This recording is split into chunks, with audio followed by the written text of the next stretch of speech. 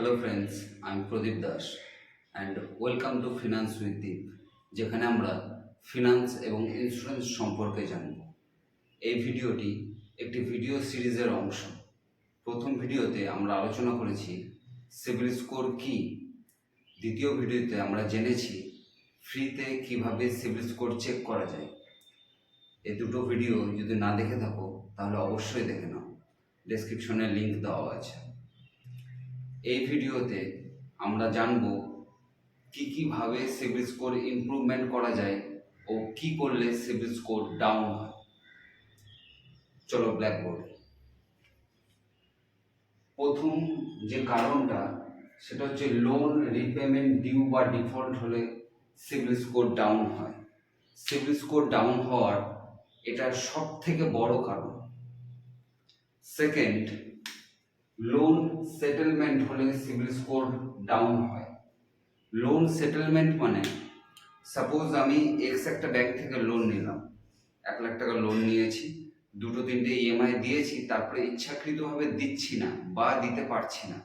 তখন ব্যাংক কী করে, কাস্টমারকে বলে আপনি মিনিমাম 7,000 বা 10,000 টাকা দিয়ে দিন, আমরা এই লোনটাকে সেটেলমেন্ট করে দিচ্ছি।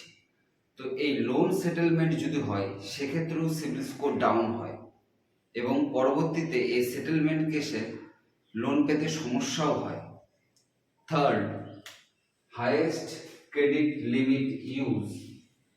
হাইয়েস্ট ক্রেডিট লিমিট ইউজ মানে সাপোজ আমার কাছে একটা ক্রেডিট কার্ড আছে, সেখানে 1,00,000 টাকা লিমিট আছে, আমি প্রতি মাসে সেই ক্রেডিট কার্ড থেকে 80,000 থেকে 90,000 টাকায় ব্যবহার করি। তো এই হাইয়েস্ট ক্রেডিট লিমিট ইউজের কারণেও সিবিল স্কোর ডাউন হয়। ক্রেডিট কার্ডে যা লিমিট থাকে তার 30% আমাদের ব্যবহার করা উচিত, এতে সিবিল স্কোর খুব তাড়াতাড়ি ইমপ্রুভ হয়। ফোর্থ যে পয়েন্টটা সেটা হচ্ছে generate more loan or credit card enquiries.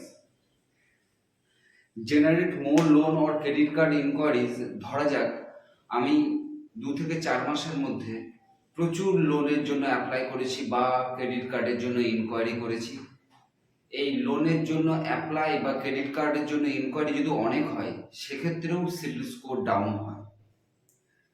Fifth যে পয়েন্টটা আমরা আলোচনা করব সেটা হচ্ছে joint loan or add on credit card facility. Joint লোনে দুইজনারই সিবিল স্কোর ইম্প্যাক্ট হয়। সাপোজ হাজব্যান্ড ওয়াইফ একটা জয়েন্ট লোন নিল, পেমেন্ট তাদের মধ্যে যে কেউ একজন করবে, কিন্তু সিবিল স্কোর দুইজনারই ইম্প্যাক্ট হবে। যদি টাইমলি পেমেন্ট করে তাহলে দুইজনারই সিবিল স্কোর ইমপ্রুভ হবে, আর টাইমলি যদি পেমেন্ট না করে তাহলে দুইজনারই সিবিল স্কোর ডাউন হবে।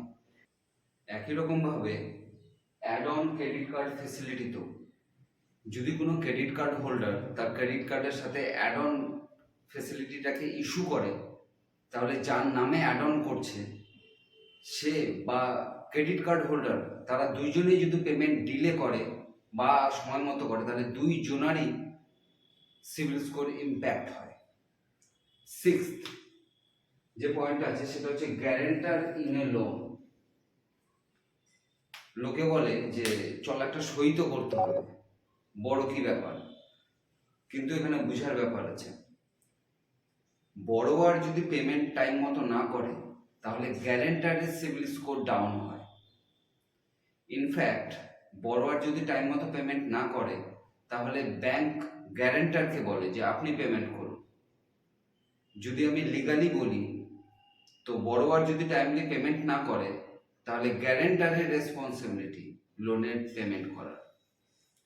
মেইনলি এই 6টা কারণ যদি আমরা ফলো করি তাহলেই আমাদের সিবিল স্কোর ইমপ্রুভ হবে, এবং যদি না ফলো করি তাহলেই সিবিল স্কোর ডাউন হবে। Like, share and subscribe friends. যদি ভিডিওটি ইনফরমেটিভ হয়ে থাকে তাহলে বন্ধুদের মাঝে শেয়ার করো এবং সাবস্ক্রাইব করে বেল আইকনটি ক্লিক করে দাও।